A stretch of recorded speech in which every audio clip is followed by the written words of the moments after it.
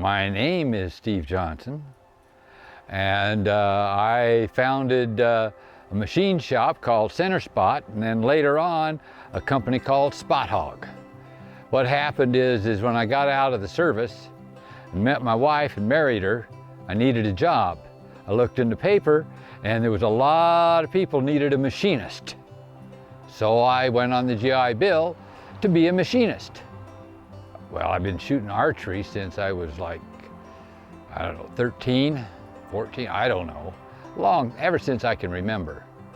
And so I used my machinist to make gizmos and for my archery as best I could, or sometimes it kind of felt like it gave me a little bit of an edge on a lot of other people because they couldn't make things quite as nifty as I could. Not that it helped, but in the beginning, what happened is I was going to a lot of tournaments. That's when I got the desire to go to Vegas to shoot.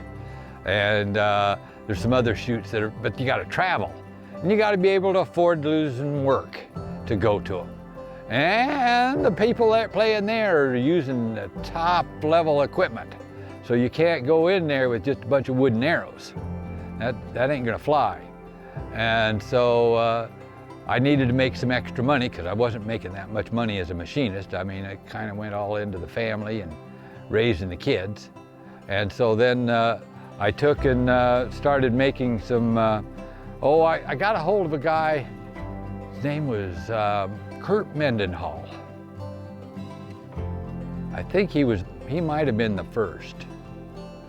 He had an idea for a sight, and he wanted me to make him up some. So I did. Well, they worked, but not very well. And then the thing that really started everything was at one of my shoots, I met a guy, now I wished I could remember his name. Anyway, what it is he was a real good shooter. Release shooter, I always shoot figures. And he had this idea for a relaxed release. But he had made his relaxed release with a hacksaw and what have you in his garage. He wanted me to machine him up a pretty one, make it right. And so I told him, I looked at it and okay, but it didn't work. His design was, very touchy. And it was very close to basically like a pair of pliers, because it was a relaxed release where you got to hold her tight to keep a hold of the string, and then you relax and away she goes. And the whole idea of a relaxed release, I like that idea, and I spent the time and I come up with the, Cascade Model 9 is what it eventually, there was a 1 and a 2 and a 3 and a 4 and so on. But the Model 9 stuck, Model 8. Model 8, that was it. Because the 9 didn't work. But I went to the 10 because one of the things that they wanted was a convertible one. The Model 8 was not convertible. You could not convert it to a trigger release. It was a relaxed release and that was it. And it worked good, I thought. Then I wanted to make a trigger release, but I kind of liked the relaxed release also, so I made one that was convertible, and that was the Model 10. And so I took and the first time when I finally scraped together enough money to go to Vegas, I went over to the Golden Key booth and I talked to Troncoso. And he's the guy that owned Golden Key. And I showed him that I was making this release, and I was making this arrow rest, and that what I wanted to do was to take and have the right to use his launcher without him getting pissy. And he took the release in one hand, covered it up and put it behind his back, and he was looking at the arrow rest in the other, and he says, well, how about I send you a deal and we market it for you? And what it was is basically, he really liked the release. Unfortunately, I couldn't keep up with the demand on the release. And it was the arrow rest that actually caused us to stray from Golden Key. But we got to a particular point where we told them that, well, we're going to start our Spot Hogg. But what we're going to do is we're just going to have the release on it. I wanted to get my product out, and I couldn't see that cutting my throat, because I was wanting to basically expand it to more and bigger, rather than just making it a little hobby to sell on the weekends at a local shoot. And that's what he wanted to keep that. He wanted to just, you know, have a few, maybe sell them to a few friends or at the shoots he goes to, that type of thing. I guess, I'm guessing. But anyway, I ended up buying him out, and for on the releases. And when I did that, we made Spot Hogg. And Spot Hogg, the name Spot Hogg came from the fact that I was accused of being a spot hog on a shoot one time. I was shooting particularly well, and people were pissing and moaning about all my arrows being in the spot and no room for theirs. Which, of course, you know, whoa. But I remembered it, and I told it to my wife, and she liked it. And so she made the company Spot Hogg. All I wanted to do was just make parts. You know, how you get rid of them, and that's fine, just as long as I just make parts, just do the manufacturing. I didn't really want to deal with the people and selling them and getting them out the door, not if I didn't have to. And so she was willing to take that over. And that's when Spot Hogg started. It was under her supervision or captaincy or whatever you want to call it. She would go to the shows and show the product at the SHOT shows. There's about 3 or 4 of them a year, and she'd go to those and tell people how they needed to use our product. And sales started, people recognized that our products were not just gimmicks, that they actually did work pretty good and that they lasted pretty good. I mean, at one time we kind of fooled with the idea that, you know, we were worried about people not buying any new products. But I think it was, I don't know, somebody told me though that when a guy buys a new bow, he don't want to put an old sight on it. And so, and so we've been taking that to the bank. And it's, you know, I mean, sure you know that, you know, just about everybody, you know, they're always looking for the magic. You know, if I get this release, then that'll give me the magic.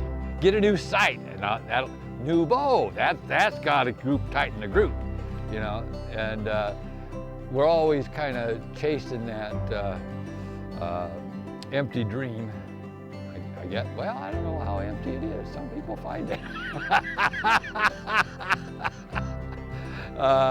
Some people find it. But we're always looking for the magic. And like I say, that apparently keeps everybody in buying product. What it is we had a few chores that were related to the releases, some polishing of the rotors and such, that they were able to do, and I paid them on a piecemeal type deal. So many per part. At least I think that's what I did. And but that's how it started.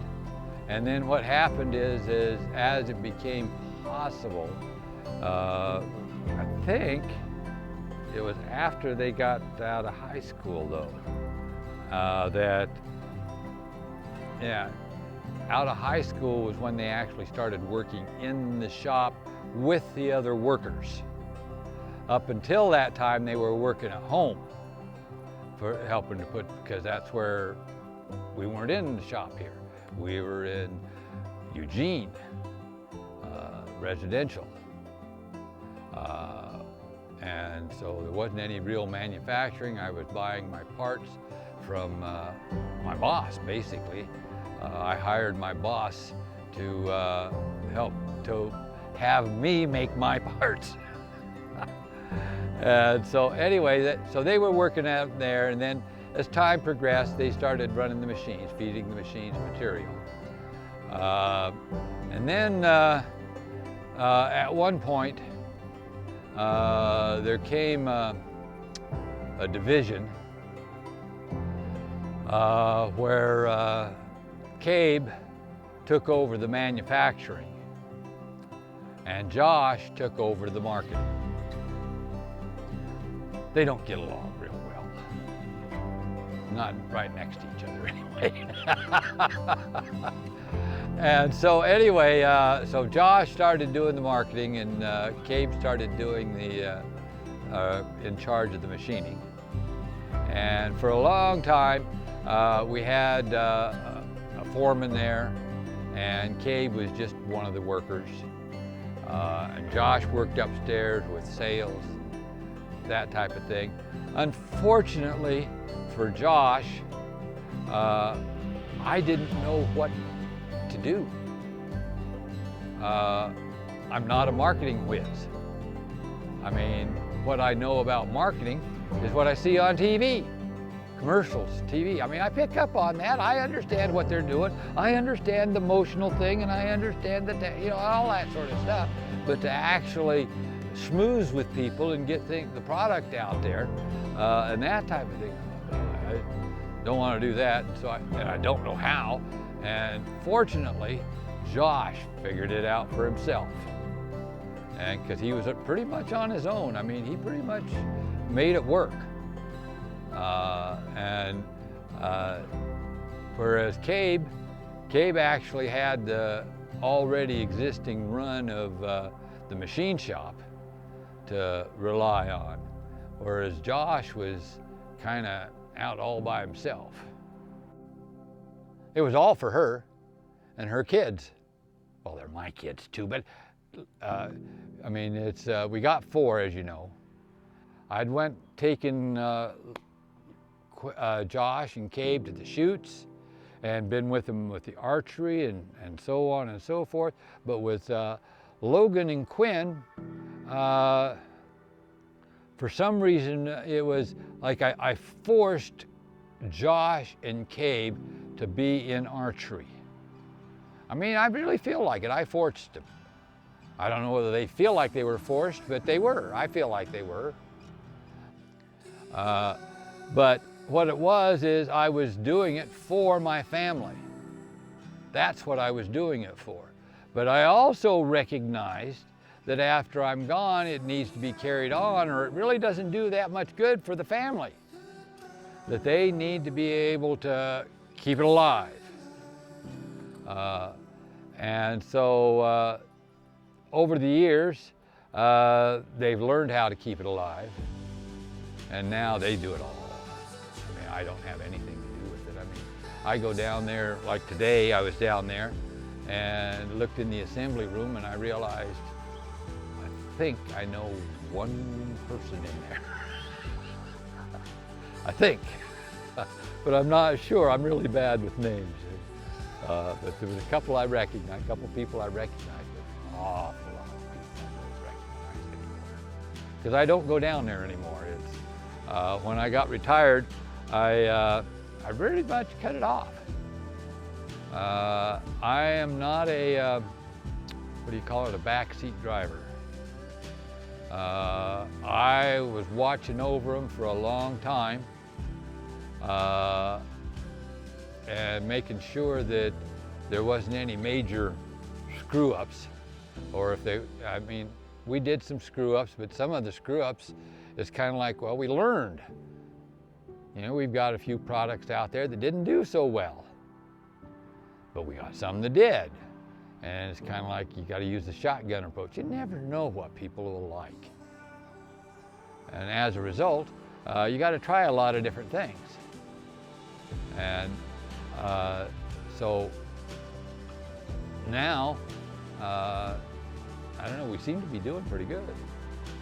I wanted to be able to try to make it a way so that everybody could have some of the information that would help them shoot better. Because the way I looked at it is, if I can help them shoot better, they'll need more product. Maybe they'll buy mine.